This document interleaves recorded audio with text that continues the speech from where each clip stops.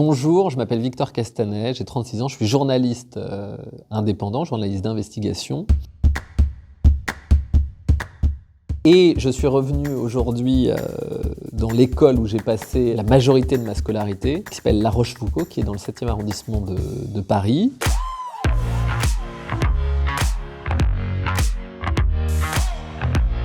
J'étais mauvais élève, mais c'était une bonne école, donc même en étant mauvais élève, ça m'a permis d'avoir les bases, en français, en maths, et ça te sert pour toute la vie quand même. Très vite, quand je suis rentré, j'ai eu des souvenirs de moments passés ici, de moments joyeux et de moments de grande amitié. Et en même temps, c'est effectivement des périodes de ma vie où je n'étais pas forcément à ma place parce que je n'étais pas scolaire. Donc j'ai un rapport un peu particulier, un peu ambivalent avec l'école.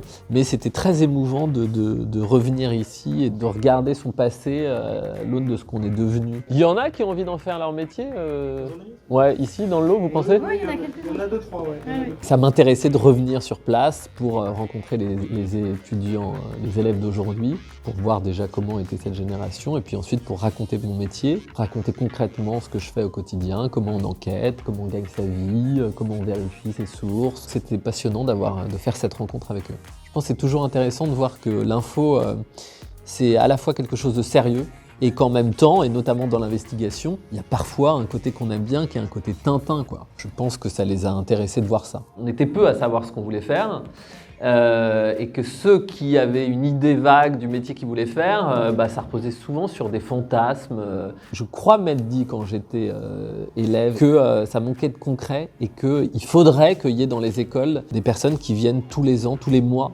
présenter leur métier. Je pense que c'est essentiel, pas seulement d'apprendre le français, les maths, l'histoire, etc., mais aussi de montrer les applications concrètes, d'aller présenter des métiers et de comment ces métiers existent au quotidien. Donc j'étais très fier qu'on me demande de faire partie de cet asso, et en vrai, j'encourage non seulement les journalistes, mais les artistes, et puis peut-être des professions plus éloignées à participer à ce genre de dispositif et à intervenir à l'école. On est là pour transmettre, mais on n'est pas les seuls à pouvoir transmettre.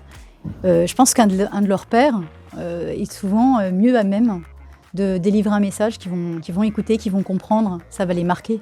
Je pense que c'est un beau témoignage de ce que peut devenir un ancien de La Rochefoucauld. Lui, il n'avait pas un parcours scolaire qui au début était très grandiloquent, mais qui au final il arrive quand même à faire des belles choses, et c'est, je pense, très motivant.